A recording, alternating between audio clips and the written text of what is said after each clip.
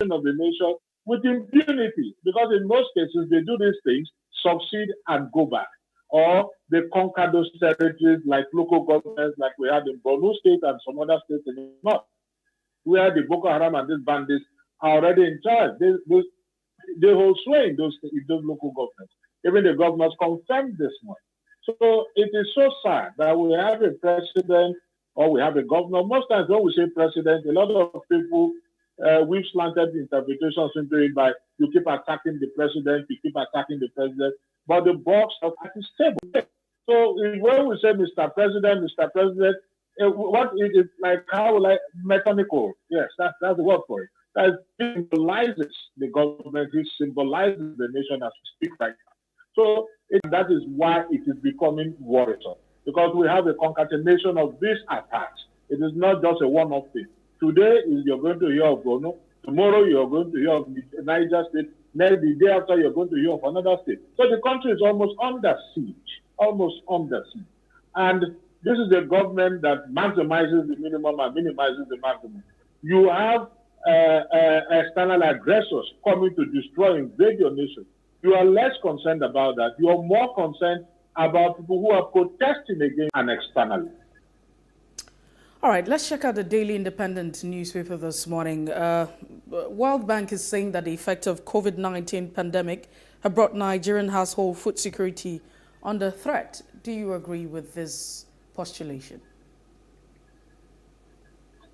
COVID-19, I don't think it's more of COVID-19, it's more of the security situation, the parallel situation in which we find ourselves.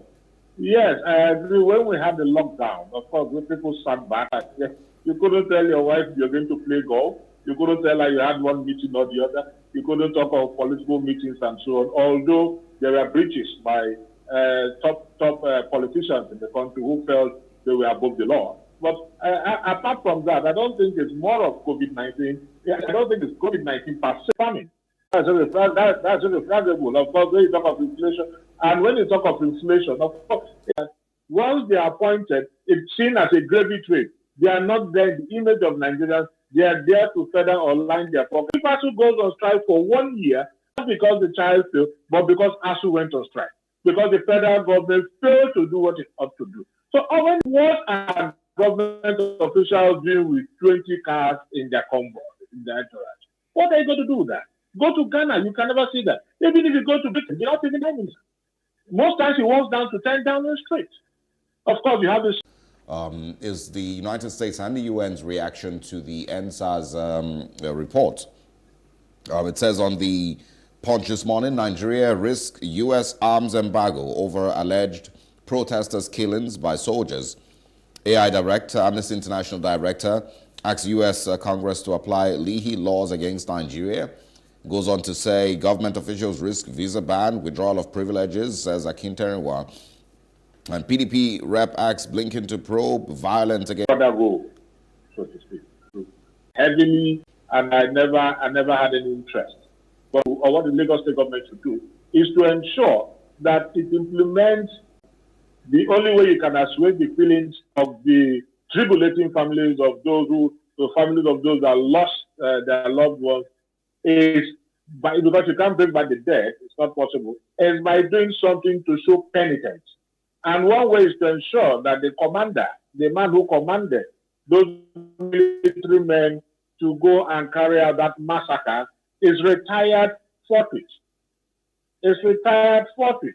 You are not going to blame those that opened fire.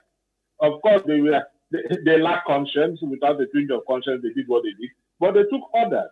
And you all know that in the military, you must carry out, going to show penance is by ensuring that he carries out to the letter the recommendations of the panel. Mr. President is equally guilty because he is the commander-in-chief. The governor has no right to invite the military. So if the governor invited the military and obeyed by extension, it means that Mr. President was the one who gave the go-ahead. The box stops at his table. So something has to be done to assuage this feeling, but not the content. He didn't query the content.